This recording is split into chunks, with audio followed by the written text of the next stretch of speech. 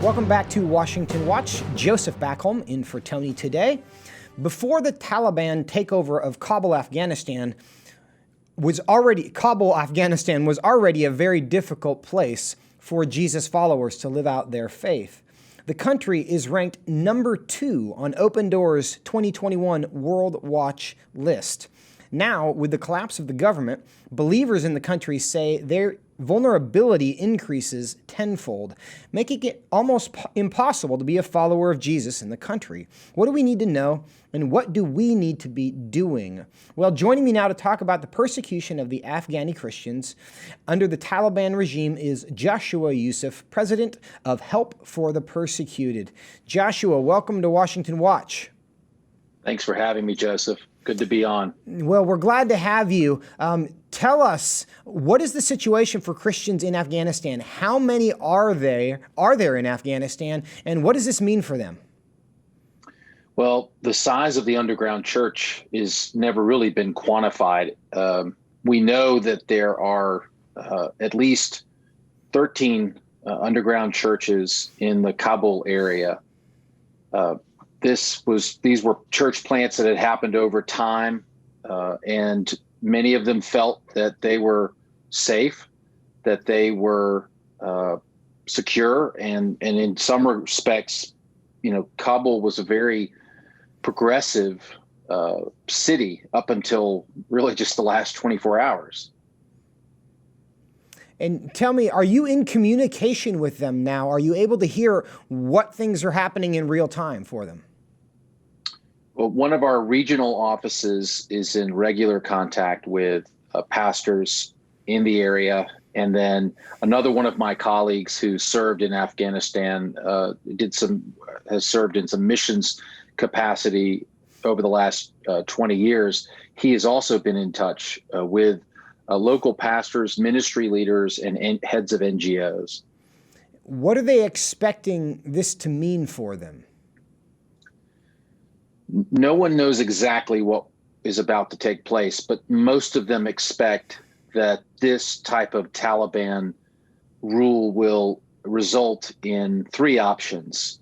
That they would, one, come back to Islam would be one of the options, come back and return to Islam. Because again, as I said, most of them are converts from Islam.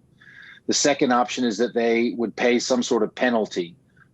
Some people call it a tax, but it's really a penalty to remain, a Christian, a dhimmi under Islamic rule.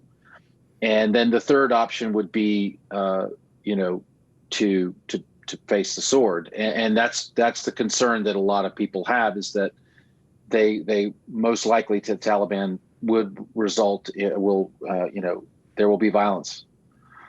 Do you have any sense of whether any of them are even trying to get out of the country? And if so, are they doing so successfully? Yes. All of them have thought about leaving. Some have decided that they're going to stay and serve their flocks. Others are looking at borders, Tajikistan, Uzbekistan. Uzbekistan over the last several years has become very open and what we might say is progressive. And so many of them are seeking to get across that border when the border opens. That's part of what we're looking at now, is this type of safe housing, or, actually housing and domiciling these people once they get across the border. Are there things that the United States government or perhaps people in other governments are doing, can do, to make it easier for them to either flee or be safe while they remain? I mean, that's one of the prayer requests that we put out to our people at Help the Persecuted, our donors. We were just telling them today that they need to start praying that the Biden administration will change course here. I think there's perhaps time for them to change course, and I think this was a premature exit. Leaving without conditions was not the right thing to do, and I'm hoping that cooler heads will prevail and that they will change course. I know the Brits are actively working on getting visas out to people who had helped British forces and who would be a target. And so right now we really do need a change of course of policy. Do you have any reason to believe that might happen? I don't know if you saw President Biden's press conference, well, his statement that he made earlier today. It wasn't really a press conference. But do you have any hope that he might change course in what he's currently doing? I mean, there's always hope, but I don't think he will.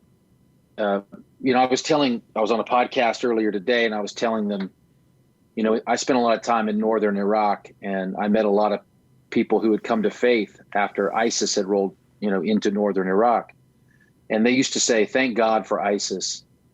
And what they meant is that had it not been for ISIS, they would not have asked the very difficult questions about faith and about Jesus.